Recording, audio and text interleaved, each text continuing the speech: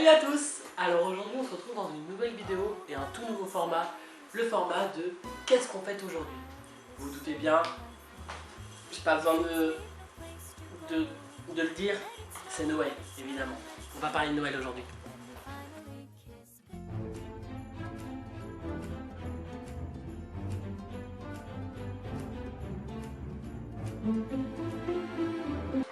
Dans ce nouveau format, nous n'allons pas parler de Noël en général, mais nous allons parler de tous les signes, de tout ce qui représente Noël. Par exemple, la dinde, les marrons, le foie gras, les chaussettes de Noël, le sapin de Noël, les cadeaux. Tout ça expliqué dans cette vidéo. Tout d'abord, prenons place à table et voyons ensemble les repas de Noël.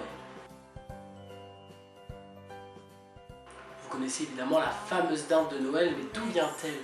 Quand je parle de dinde, je parle plus précisément de la volaille en général, parce qu'en Allemagne, par exemple, on consomme de l'oie, car l'oie représente le soleil et assure une protection contre le soleil à la personne qui la mange, alors que la dinde vient en effet de l'autre côté de l'Atlantique.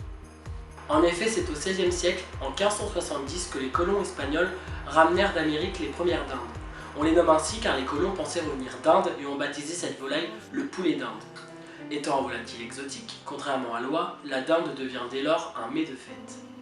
La dinde aurait été servie à la table des noces du roi Charles IX l'année de sa découverte, mais elle prendra place sur les tables de Noël qu'à partir du XVIIIe siècle. La préparation de sa farce diffère en fonction des pays. En France et en Belgique, on a la fameuse farce au marron, alors qu'en Grèce, on préfère la viande et les champignons, ou aux États-Unis, on préfère la mie de pain.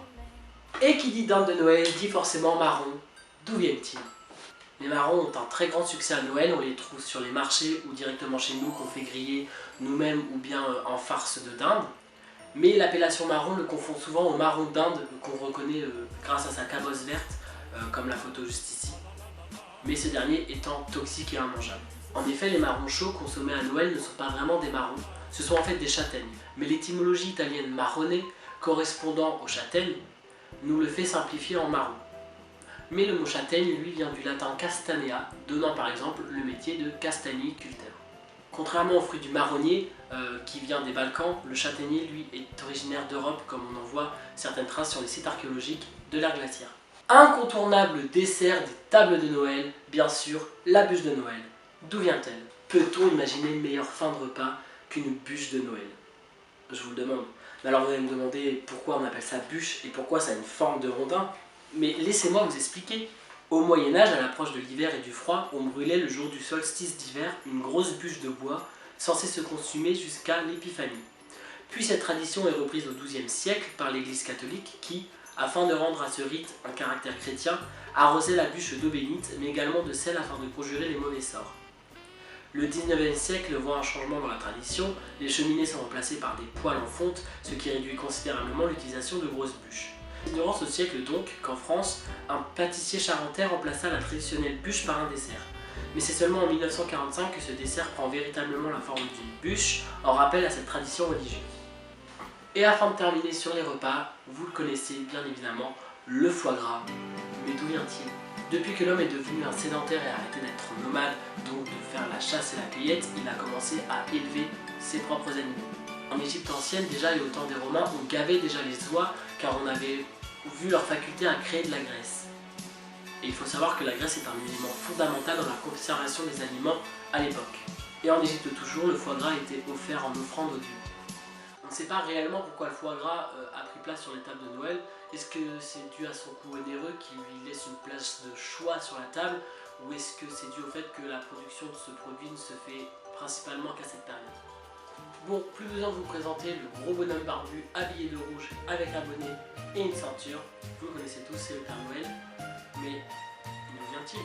De son vrai nom Santa Claus, anglicisé du terme Sinterklaas, signifiant Saint-Nicolas en hollandais. Le Père Noël est en réalité connu sous sa forme actuelle, un homme bedonnant dans un costume rouge et blanc barbu avec des lunettes, que depuis les années 30. En effet, il aurait pour origine Saint-Nicolas, ce dernier étant représenté avec une barbe blanche et un manteau rouge, il venait en aide aux enfants sages en voyageant à dos d'âne. Au XIXe siècle, le journal new-yorkais Harper's Illustrated Weekly décrivit Santa Claus comme un homme vêtu d'un costume garni d'une fourrure blanche et d'une ceinture noire et venu du pôle Nord. Toujours pour sa familiarité avec Saint-Nicolas, l'âne fut remplacé par les rennes. Mais c'est seulement en 1931 que Coca-Cola donna à Santa Claus sa couleur rouge, symbole de la marque. Le soda étant vu comme une boisson permettant au Père Noël de tenir toute la nuit et de pouvoir distribuer ses cadeaux. Regardez-le, tout vert, avec des boules et des guirlandes, une petite étoile au sommet. C'est le sapin, bien sûr, mais d'où vient-il? Ce conifère était et est dans le christianisme symbole de Jésus. En effet, selon la légende au XVIIIe siècle, le moine Saint Boniface veut prouver aux Germains que le chêne, arbre représentant la sagesse et la force chez les Germaniques, n'est pas sacré. Il en abat un qui écrase tout sur son passage, prouvant que l'arbre n'est pas si fort. Seul un sapin est épargné. Cela est vu comme un miracle conférant à cet arbre sa dimension divine. De plus, sa forme triangulaire n'est pas sans rappeler la Trinité. Le 25 décembre étant la date de la naissance de Jésus et par conséquent celle à laquelle on fête Noël, le sapin est donc devenu lui aussi un symbole de cette fête. Il prend place dans les foyers alsaciens en 1521 à Noël et il est décoré de pommes rouges rappelant le fruit défendu, de gâteaux en forme d'hostie, symbole de rédemption. Jusqu'alors et jusqu'à la fin de la guerre franco-prussienne en 1871, le sapin est une coutume endémique des régions alsaciennes et germaniques. L'arrivée d'Alsaciens et Lorrains en France après la guerre permit donc la diffusion de la tradition. Les boules de Noël remplacèrent les pommes en 1858, après un hiver si froid qu'il a décimé toutes les récoltes. Les guirlandes de Noël, elles, auraient pour origine les bougies qu'aurait mis Martin Luther dans le sapin, rappelant les étoiles du ciel se reflétant dans les branches enneigées du sapin. Bon alors je sais pas si vous avez remarqué, la lumière a grave baissé parce que j'ai dû charger la batterie de l'appareil photo.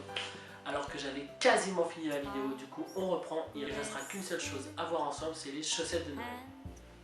Cette tradition tient d'un récit lié à Saint Nicolas. Selon la légende, 3 sœurs issues d'une famille pauvre suspendirent leurs chaussettes à la cheminée pour les faire sécher. Saint Nicolas, protecteur des enfants et des pauvres, triste de voir cela, déversa dans la cheminée des sacs d'or qui tombèrent dans les chaussettes. C'est de cette histoire qu'est née cette tradition. Donc c'est terminé pour cette première vidéo qui sera dans la nouvelle rubrique Qu'est-ce qu'on fête? Voilà. Il faudra que je reprenne absolument le calendrier de Noël, soit que je reprenne, soit que j'abandonne, que je supprime tout et je refasse une autre année avec un meilleur matériel. Et je vous souhaite une bonne continuation, une bonne journée. J'espère que la vidéo vous a plu. Laissez un petit commentaire, likez la vidéo, partagez et surtout envoyez de la force. Bisous!